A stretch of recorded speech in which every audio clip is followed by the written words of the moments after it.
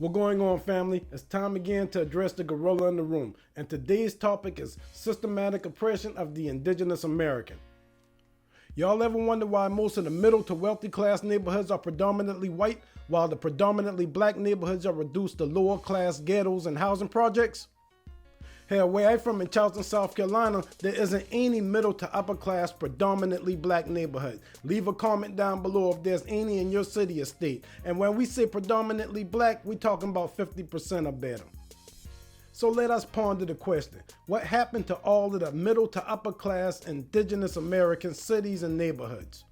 Why are indigenous Americans reduced to living in lower class neighborhoods, ghettos, and housing projects? And the answer is systematic oppression by your liberal U.S. government. Late 1800s to early 1900s, the American Indian, known today as the Black American, built the wealthiest cities in the world. By now, I hope we all heard of the Black Wall Street in Oklahoma and how it was literally bombed and its people became refugees.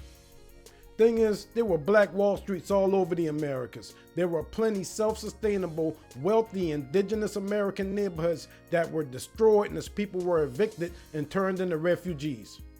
These neighborhoods would have been super wealthy today, and their descendants would have inherited generational wealth if they weren't destroyed by the U.S. government.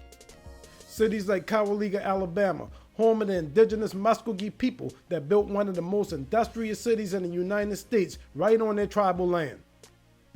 Well, the state of Alabama said fuck that and flooded the city under Lake Martin. 10 times worse than Tulsa, Oklahoma, if you ask me. This place was home to America's first black railroad, dominant schools, and upper class housing, all destroyed by the state of Alabama. That's an example of systematic oppression, isn't it? Or like this place, Oscarville, Georgia, once home to a thriving Creek Indian community. The Creek Indians of Oscarville were expelled by white mobs after 2 residents of Oscarville were accused of committing crimes against a white female. After expelling all of the Creek Indians, Oscarville was soon flooded under Lake Lanier. Now let me ask y'all a quick question. What do you think happened to all of those refugees, those residents that were expelled? Let me answer that for the ones that don't have a brain. They ended up in the slums. They ended up in housing projects.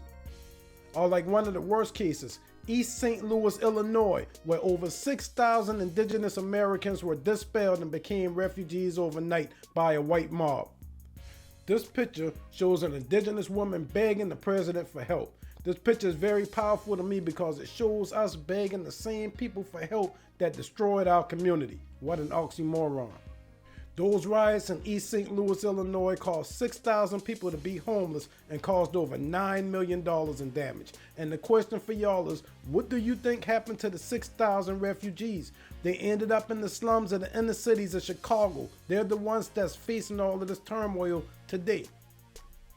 The systematic destruction of the indigenous cities and communities happened all across the Americas, and the indigenous were forced into the ghettos, into the slums, and into housing projects, refugees on our own land, and forced to ask our oppressor for help.